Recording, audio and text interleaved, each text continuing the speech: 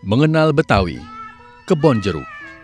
Pada pertengahan abad 17 terjadi pembukaan perkebunan buah-buahan di sepanjang Sungai Pesanggerahan.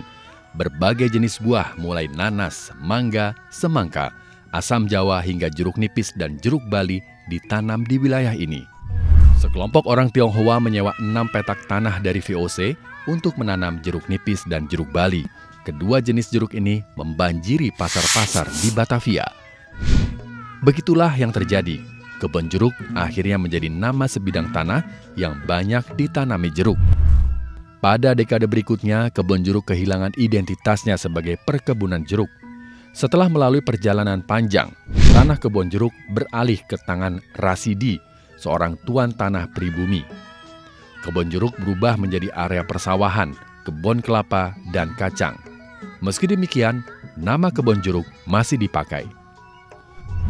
Dalam sebuah catatan statistik Belanda tahun 1870, kebon jeruk menjadi satu dari beberapa tanah partikelir yang memiliki banyak penduduk. Terdiri dari 11 kampung dengan jumlah penduduk 2.884 jiwa. Kini kebon jeruk menjadi salah satu kawasan bisnis di Jakarta Barat. Stasiun televisi swasta pertama di Indonesia berdiri dan berkembang di kebon jeruk.